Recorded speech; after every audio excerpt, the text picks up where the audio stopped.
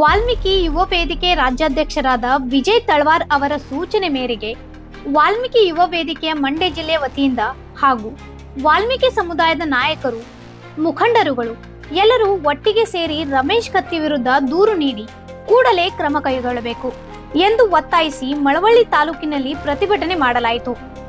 Malavalli town police ಠಾಣೆ ಆರಕ್ಷಕ ವೃತ್ತ ನಿರೀಕ್ಷಕರಿಗೆ ದೂರು ನೀಡಿ ಮಾಜಿ ಸಂಸದ ರಮೇಶ್ ಕತ್ತಿ ವಿರುದ್ಧ ಜಾತಿ ನಿಂದನೆ ಪ್ರಕರಣ ದಾಖಲಿಸಿ ಕಾನೂನು ಕ್ರಮ ಕೈಗೊಳ್ಳಬೇಕು ಎಂದು ಒತ್ತಾಯಿಸಲಾಯಿತು.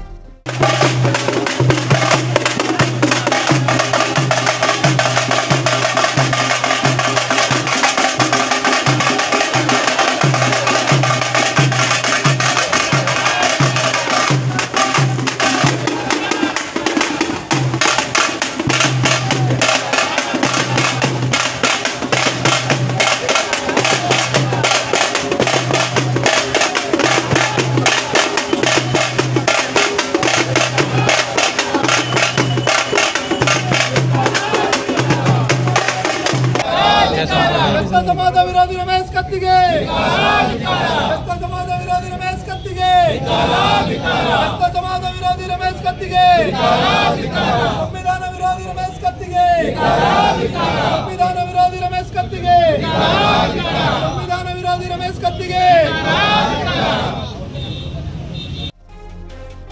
ಈ ಸಂದರ್ಭದಲ್ಲಿ ವಾಲ್ಮೀಕಿ ಯುವ ವೇದಿಕೆಯ ಮಂಡ್ಯ ಜಿಲ್ಲಾಧ್ಯಕ್ಷರು, ಜೀವನ್ ಸಮಾಜದ ಮುಖಂಡರಾದ ರವಿ ಅವರು, ಗುರುಸಿದ್ದು, ದೇವರಾಜು ಅವರು, ನಾಗರಾಜು, ವಾಲ್ಮೀಕಿ ಸಮುದಾಯದ ಮುಖಂಡರು, ತಾಲೂಕು ನಾಯಕರು, ಸಮಾಜದ ಮುಖಂಡರು ಭಾಗವಹಿಸಿದ್ದರು.